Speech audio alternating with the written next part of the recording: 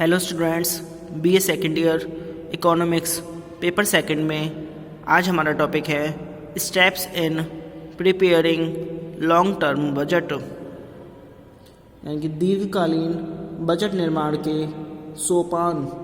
Budget निर्माण के मुख्य सोपान निम्नलिखित हैं।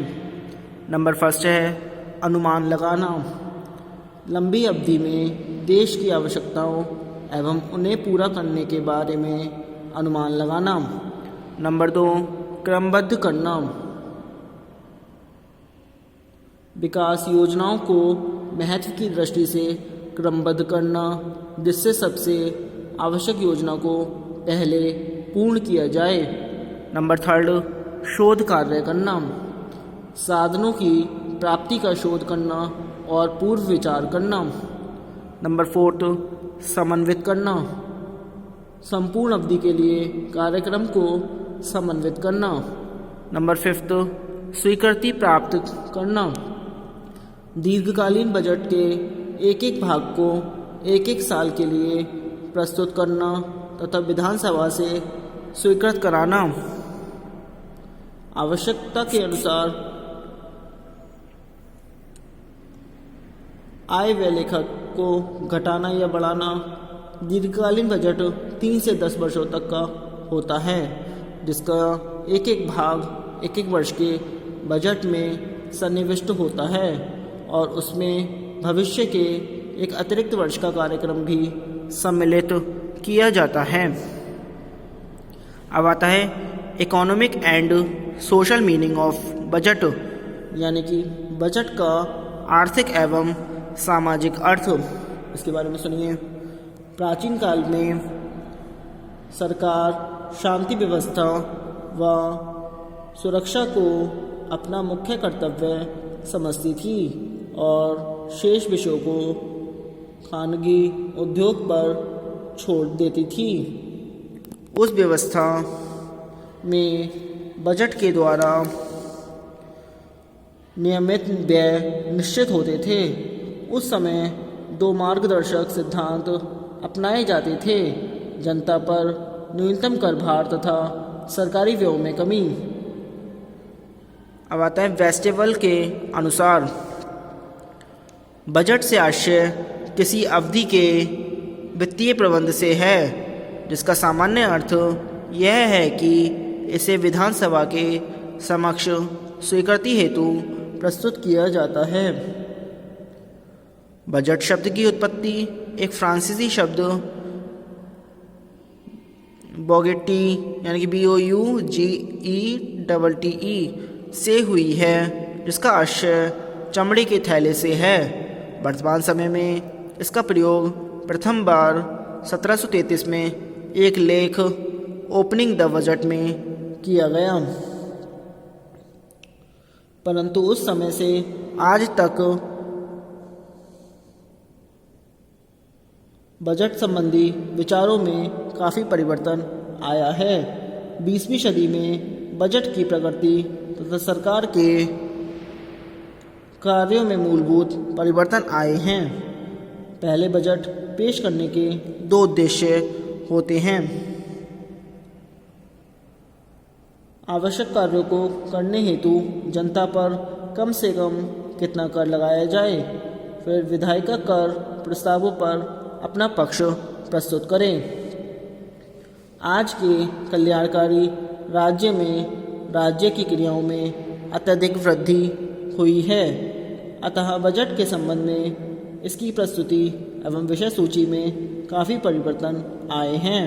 प्रथम व द्वितीय विश्व युद्ध में लोक व्यय में अत्यधिक वृद्धि हुई है। 1930 की आर्थिक मंदी काल में राजकोषीय नीति की धारणा बदल गई है। द्वितीय विश्व युद्ध के बाद लोक व्यय में आशातीत वृद्धि हुई है तथा पूर्ण रोजगार व आर्थिक स्थिरीकरण की नीति को अपनाने हेतु बजट के स्वरूप में काफ़ी परिवर्तन आया है। आज पारंपरिक बजट के स्थान पर निष्पादन बजट, कार्यक्रम बजट, शून्याधार बजट आदि को अपनाया जा रहा है। आज सरकारी कर्तव्यों का क्षेत्र काफ़ी विस्तृत हो गया है। पहले व्यक्ति को अपनी उन्नति के लिए स्वयं प्रयास करने पड़ते थे। आज स्थिति बदल गई है।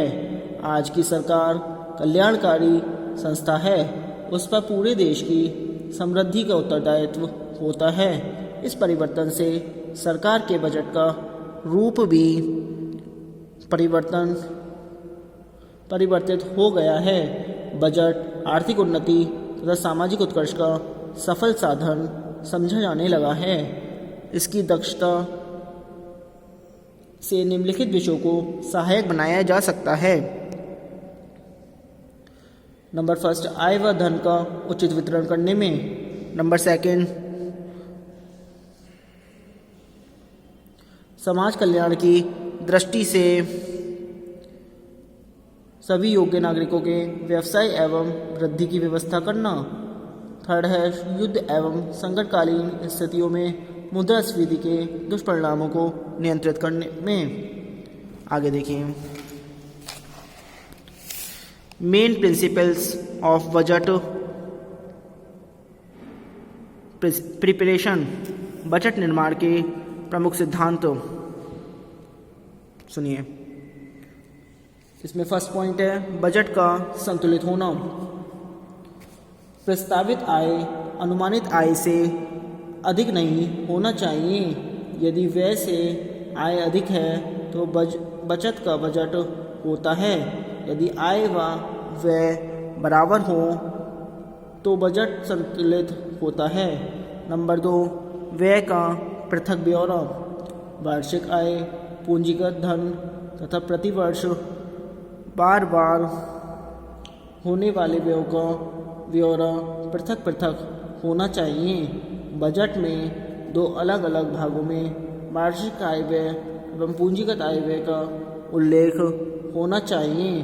दोनों को अंत में एकत्रित करने से वास्तविक बचत और घाटे का नक्शा सामने आ जाता है। नंबर 3 आता है आय व्यय की सही राशियाँ। आय तथा व्यय की राशियाँ यथासंभव ठीक ठाक होने लग चाहिए। यदि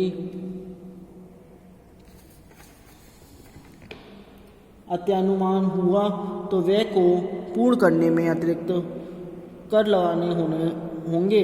यदि अवानुमान हुआ तो कार्य रूप में परिणत होने पर बजट असत सिद्ध होगा। नंबर 4, राशि समाप्त होना। यदि प्रस्तावित राशि वित्तीय अवधि के अंदर व्यय नहीं होती है तो उसे आगामी वर्षों के लिए नहीं रखा जा सकता। विभागों को सुरक्षित राशि रखने का अधिकार नहीं होता है। नंबर 5, क्रम सही होना। बजट का क्रम हिसाब किताब के क्रम के अनुसार होना चाहिए। इससे लाभ यह है कि नंबर 1, बजट सुगमता से तैयार हो जाता है। सेकंड, उस पर नियंत्रण सरल रहता है। थर्ड, उसके परीक्षण एवं लेखों से में आसानी रहती है। नंबर 6 आता है विषयों का उल्लेख सर्वांगीण हो। सर्वांगीण बजट में आय व्यय का विवरण होना चाहिए। यह ज्ञात होना चाहिए कि आय कैसे और कहां से होगी और व्यय कैसे और किन किन विषयों पर होगा। इसकी अवहेलना से आर्थिक नियंत्रण में ढीलापन आ जाता है तथा लेखा विवरण अधूरा रह जाता है। नंबर 7 आता है बजट का नकद आधार। बजट में नकद राशि प्राप्ति का ही उल्लेख रहता है जिससे उसे व्यय किया जा सके। इससे वर्ष पूरा होते ही लेन देन का ठीक ठाक हिसाब बन जाता है, परंतु इससे वास्तविक वित्त व्यवस्था प्रकट नहीं हो पाती है। इससे आर्थिक नियंत्रण में ढील आ जाती है। अब आता है कैरेक्टरिस्टिक्स ऑफ गवर्नमेंट बजट्स, यानी कि सरकारी बजट की विशेषताएं। बजट केवल प्रस्ताव मात्र नहीं परंतु क्रिया करने की योजना है। नंबर सेकंड, बजट अनुमान देश की मुद्रा के रूप में व्यक्त किए जाते हैं। थर्ड है, बजट का निर्माण कार्यकारिणी द्वारा होता है, जिसे विधायिका के समक्ष मतदान हेतु पेश किया जाता है। फोर्थ, बजट पारित होने के बाद भी पूरक बजट भी की आवश्यकता पड़ जाती है। फिफ्थ,